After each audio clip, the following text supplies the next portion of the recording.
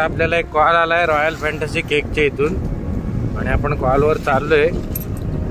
त्यांनी क्रेटचा कॉल दिलाय। आता तिथं गेल्यावर समजेल। माझ्या अंदाजे कॉमन कोकरी किंवा बँडेड कोकरी असेल किंवा मग कॉमन वोल्फ स्नेक असेल। तिकडे गेल्यावर बघू आता।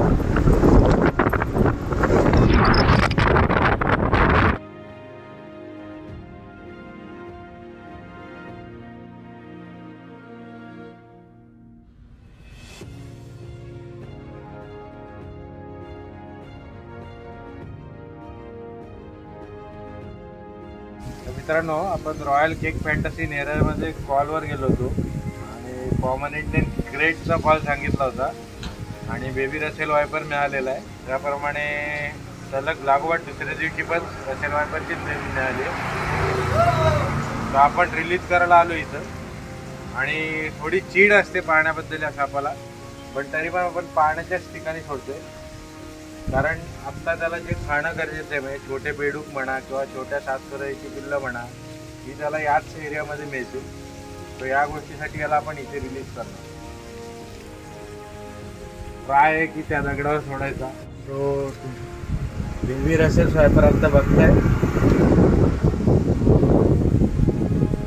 बघा, जसा तो पाण्यात पडला ना तसं त्यांनी कोरड्या जागेवर यायला प्रयत्न चालू केले आणि दगडाच्या कपारीवरती। तो त्याला पाणी अजिबात आवडत नाही जास्त इतर सापांप्रमाणे, पण तो उत्तमरित्या पोहू पण शकतो पाण्यात। फक्त त्याला लागणाऱ्या शिकारी म्हणजे छोटे बेडूक किंवा सापसुराईची पिल्लं किंवा अगदी गेकोची पिल्लं जरी म्हणालात तरी ती त्याला इथे मुबलक प्रमाणात रात्री मिळू शकतात आणि म्हणून आपण त्याला इथे रिलीज केलेलं आहे। तुम्ही म्हणाल छोटा आहे, खूप संत चालतो, आजगरासारखा आजगर आहे, तर तसं अजिबात नाही। एक बाईट आणि तुमचं काम टाईट होईल। आणि एक इन्सिडन्स जो आजच्या दिवशी माझ्याबरोबर झाला तो सांगतो। मी खोपोलीला ॲक्च्युअल माझ्या मावशीला ड्रॉप करायला गेलो होतो खोपोली बस स्टँडला, आणि जाताना डोलिवली नावाचं एक गाव लागतं मध्ये पळसदरी रोडला। तिथे एक आजगर होता, इंडियन रॉक पायथन, साधारणतः 7.5 ते 8 फूट लांब होता आणि तो एकाच्या मच्छीमारीच्या जाळ्यामध्ये होता। त्या मच्छीमाराने त्याचं डोकं पूर्ण चेचलं होतं, म्हणजे त्या डोक्याच्या फटका मारला होता दगडाने। आम्ही आमच्या रीतीने किंवा आमच्या पद्धतीने त्याचा जीव वाचवायचा खूप प्रयत्न केला। खोपोली फॉरेस्टला आम्ही जाऊन त्याला डिलिव्हर्ड केला होता। माझ्याबरोबर अजून एक ग्रामसेवक होते जाधव सर म्हणून, त्यांनी मदत केली थोडीशी। तर त्यांच्या मदतीने आम्ही खोपोली फॉरेस्ट ऑफिसला जाऊन दिला होता तो साप, परंतु आमच्या दुर्दैवाने त्या सापाची डेथ झाली।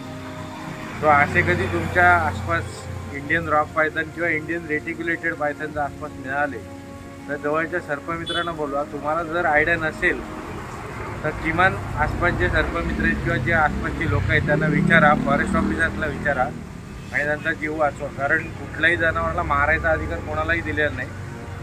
आणि त्या माणसाचा फोटो जाधव सरांकडे आहेत ते, तो आम्ही पुढची प्रोसिजर करायच्या विचारत आहोत। त्याच्यावरती पोलिसी गुन्हा दाखल करायचा किंवा त्याला समज द्यायची आहे आणि सोडून द्यायचं। पण हे गरजेचं आहे, कारण ग्रामीण भागामध्ये बऱ्यापैकी साप मारले जातात। आणि तुमच्या माहितीकरता सांगतो, नवीन कायद्याप्रमाणे जर तुम्ही कुठल्याही सापाला मारतानाचा व्हिडिओ जर जाहीर केलात किंवा काढलात आणि पब्लिश केलात कुठेही, तर तुमच्यावर कलम 302 म्हणजे खुनाचा खटल्याच्या अंतर्गत जन्मठेपेची शिक्षा होते। तो याची दक्षता घ्यायची आणि कुठल्याही प्रकारे साप मारू नका। जितके वाचवता येतील तितके वाचवा, कारण ते वाचले तरच आपण वाचू शकतो, कारण ते आहेत म्हणून निसर्गाचा समतोल अजून साधलेला आहे। बाकी तुम्ही सुद्धा नाहातच। धन्यवाद।